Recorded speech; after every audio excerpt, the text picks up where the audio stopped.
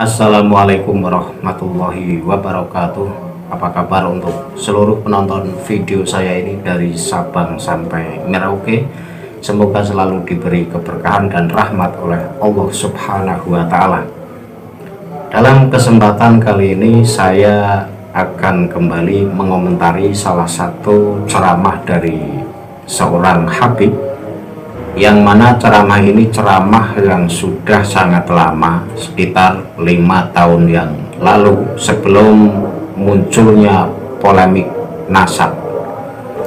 Habib ini bernama Sayyid Muhammad Alwi Al-Haddad, jadi memakai nama Sayyid ya, padahal Sayyid itu untuk keturunan Rasulullah asli. Nah, ini agak membingungkan. Jadi Habib-Habib di Indonesia ini di samping memakai nama Habib juga mengembel-embeli dengan nama Sayyid juga. Yang akan saya komentari adalah terkait ceramahnya, bahwa Habib tersebut mengatakan bahwa orang yang mengaku keturunan Rasulullah tapi nyatanya bukan keturunan Rasulullah, ini hukumnya haram, bahkan haram hukumnya masuk ke dalam surga. Jadi ceramah Habib tersebut kalau dibenturkan dengan keadaan yang sekarang itu seperti sedang menceramai dirinya sendiri. Namun sebelum saya komentari, bagi seluruh penonton yang belum subscribe channel ini, silakan tekan tombol subscribe, kemudian like, dan juga jangan lupa tekan tombol loncengnya agar selalu mendapatkan kabar dari video-video terbaru saya ini. Mari kita simak dulu cuplikan ceramah dari Habib tersebut. Apa orang-orang yang ngaku Habib? Haram. Kalau dia bukan Sayyid, dia bukan Habib, kemudian dia ngaku Habib, haram, dosa besar. Dalam hadis Rasulullah bersabda, "Man intasaba ila ghairi abih, fahuwa mal'un." Ya, siapa yang ngaku-ngaku bapaknya orang lain, diaku bapaknya, maka dia dilaknat, dikutuk oleh Allah. Bahaya dilaknat, semua dosa besar. Kalau sudah ada laknat itu dosa besar. Dalam hadis yang lain, hadis mutawatir, Rasulullah bersabda, Laisa al-kadhibu alayya ka kadhibin ala ahadin. Bohong bawa-bawa nama saya tidak sama bahayanya, dosanya, siksanya dengan bohong bawa-bawa nama orang lain. Ya, faman kadzaba alayya muta'ammidan falyatabawwa maq'adahu minan nar. Siapa yang bohong bawa-bawa nama saya, suruh siap-siap masuk neraka, kata Rasul. Bagaimana bohong bawa-bawa nama Nabi? Bilang mimpi Nabi padahal enggak. Bilang cucu Nabi padahal bukan. Bilang saya Habib padahal bukan, begitu. Ya. Jadi bahaya, nggak boleh sembarangan orang ngakuin mengaku seperti itu. Kalau sekarang ngaku Nabi ditangkap polisi. Ngaku malaikat ditangkap polisi. Ngaku Imam Mahdi ditangkap polisi. Nah, mereka ini lihat, wah, ngaku Nabi bahaya. Ngaku malaikat bahaya. Kayaknya yang paling aman ngaku Habib. Nggak ditangkap polisi. Orang awam ketipu. Dapat duit banyak. Dagangan laku. Majelis taklim penuh. Saya Habib. Udah pakai dah nasab sembarangan. Oke, dalam video yang baru saja penonton lihat, nampaknya Habib tersebut mendapat satu pertanyaan dari jamaahnya, yang mana pertanyaannya sebagai berikut: bagaimana hukumnya orang yang ngaku-ngaku Habib? Atau dalam kata lain, bagaimana hukumnya orang-orang yang mengaku keturunan Rasulullah tapi nyatanya bukan keturunan Rasulullah? Nah, dijawab oleh Habib Muhammad Alwi Al-Haddad bahwa orang yang mengaku keturunan Rasulullah tapi sebenarnya bukan keturunan Rasulullah, ini haram hukumnya dan dosanya sangat besar. Bahkan haram hukumnya masuk ke dalam surga. Nah, apa yang dijelaskan oleh Habib ini saya setuju dan saya sepakat. sepakat kalau orang yang bukan keturunan Rasulullah tetapi mengaku sebagai keturunan Rasulullah. Bahkan dalam hadis yang lain ini Rasulullah bersabda, yaitu bunyi hadisnya, Sa'd bin Abi Waqqas radhiyallahu anhu qala sami'tu Rasulullah sallallahu alaihi wasallam yaqulu man idda'a ila ghairi abihi wa huwa ya'lamu annahu ghairu abihi fal jannah alaihi haramun, yang artinya dari Sa'd ibnu Abi Waqqas berkata, saya mendengar Rasulullah Shallallahu Alaihi Wasallam bersabda, barang siapa yang menasabkan dirinya kepada selain bapak aslinya, sedangkan dia tahu yang sebenarnya bahwa yang dinisbatkan itu bukan bapak kandungnya, maka surga haram baginya. Hadis ini termaktub dalam kitab Al-Bukhari, hadis nomor 6766. Jadi apa yang disampaikan oleh Habib tersebut itu benar. Kemudian dalam hadis yang lain lagi saya bacakan, wa qala sallallahu alaihi wasallam man idda'a nasaban la ya'rifu kafara billah wa man intafa min nasabin wa intaqo kafara billah, yang artinya barang siapa yang menisbatkan nasabnya kepada orang lain yang tidak diketahui sebenarnya maka kufurlah dia, dan barang siapa yang tidak mengakui nasabnya sendiri sedang ia tahu walaupun dalam kondisi samar maka kufur pula. Artinya dalam kedua hadis yang saya bacakan tadi, ini sanksi berat untuk orang-orang yang mengaku, yang menisbatkan dirinya sebagai keturunan Rasulullah tetapi nyatanya bukan. Bahkan Imam Ibnu Hajar Al-Haytami juga pernah berkata, seyogianya bagi setiap orang ini mempunyai kecemburuan terhadap nasab mulia Rasulullah Shallallahu Alaihi Wasallam dan memeriksanya sehingga seseorang tidak menisbatkan dirinya kepada beliau kecuali yang sebenarnya. Nah, yang akan saya komentari bahwa ceramah Habib tersebut yang terjadi jauh sebelum adanya konflik nasab yang diluncurkan pertama kali oleh Kiai Haji Imaduddin Usman Al-Bantani. Ini kalau dibenturkan dengan kondisi sekarang, bahwa ceramah Habib tersebut seperti sedang menceramai dirinya sendiri. Karena apa? Karena bahwa Habib-Habib di Indonesia di bawah naungan Rabithah Alawiyah sampai saat ini dipertanyakan keabsahannya, apakah benar-benar cucu Rasul atau tidak. Ini sampai saat ini belum mampu menunjukkan bukti yang nyata.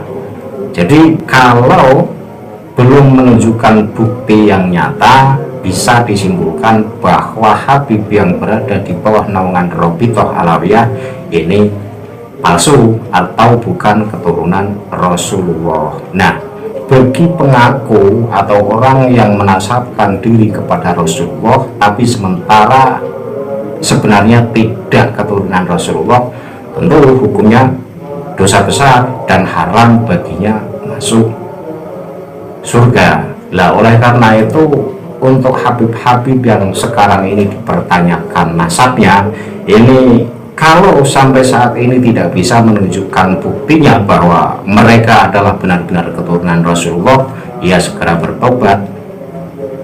Karena apa? Ya karena tidak bisa membuktikan keasliannya. Siapapun yang tidak bisa menunjukkan keasliannya, ini dicurigai sebagai cucu Rasul palsu. Dalam hal ini berarti Habib Ba'alawi. Dan keberadaan Kiai Imaduddin Usman Al-Bantani mengkoreksi, meneliti nasab Ba'alawi ini sudah langkah yang tepat. Karena seperti perkataan Ibnu Hajar Al-Haytami tadi, bahwa bisa dikatakan hukumnya fardu kifayah bagi setiap muslim untuk meneliti setiap orang yang mengaku sebagai keturunan Rasulullah. Jadi apa yang dilakukan Kiai Imaduddin ini nggak salah, benar, wajar. Kalau orang mengaku atau menisbatkan diri kepada nasab selain Rasulullah, ini masih bisa dimaklumi. Tapi ini menyangkut nama besar dan nama baik Rasulullah, menyangkut kemuliaan Rasulullah, sehingga siapapun yang mengaku sebagai keturunan Rasulullah ini berhak dipertanyakan keasliannya. Kalau mampu menunjukkan buktinya, berarti memang keturunan Rasulullah asli.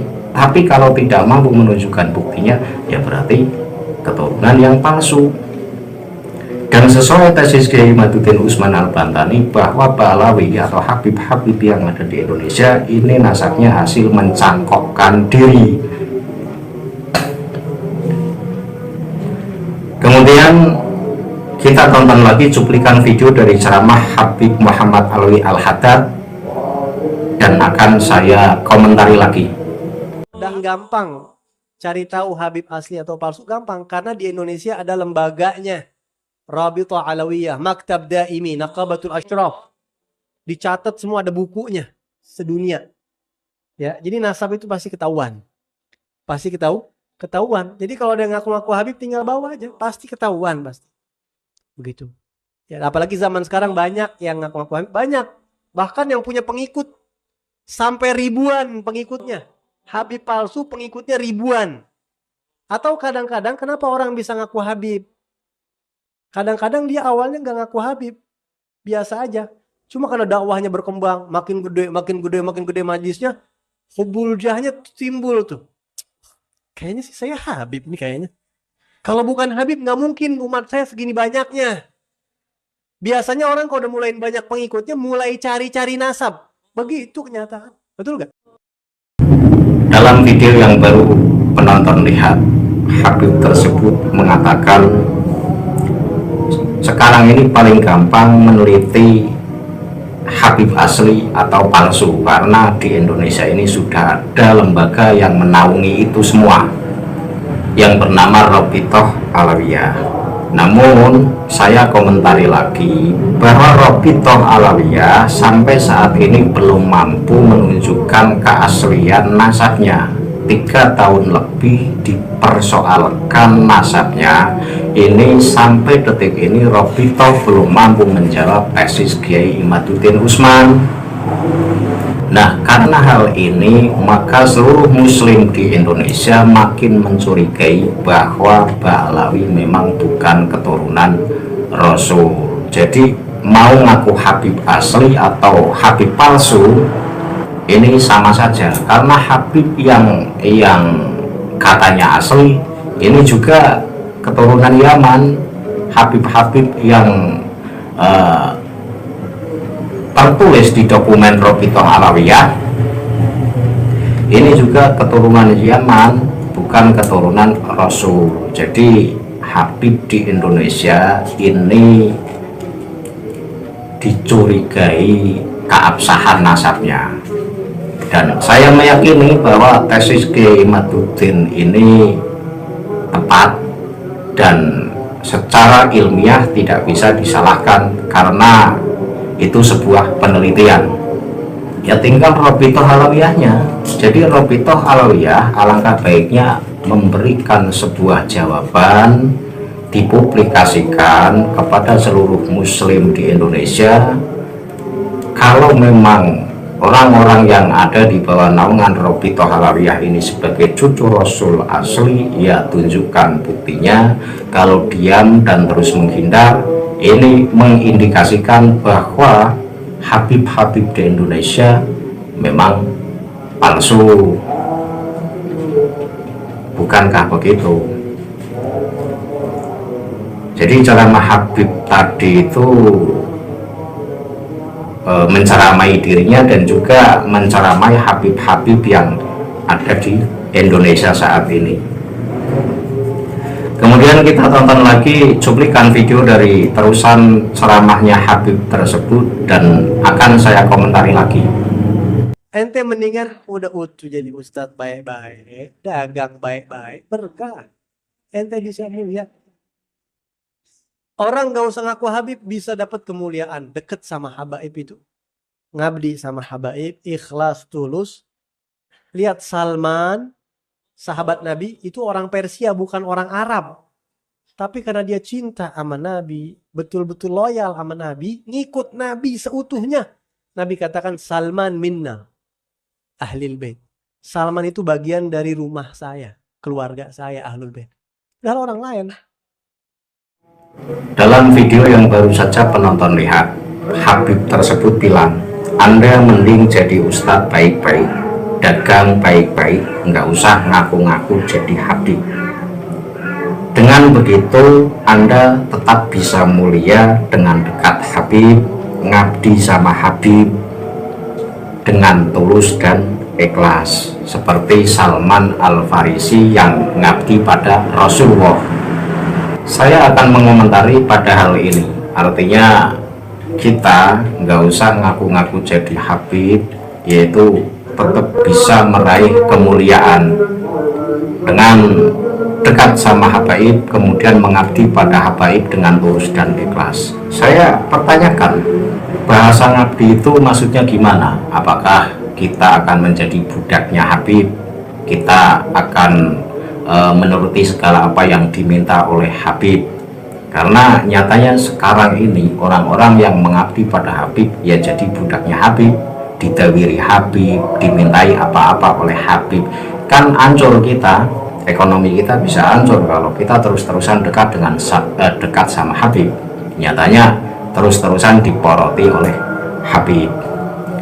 Dan keberadaan Salman Al-Farisi yang mengabdi pada Rasulullah kemudian dianggap sebagai ahli baitnya Rasulullah, ini jangan disamakan dengan Muhibbin dan Habib, karena beda. Karena apa?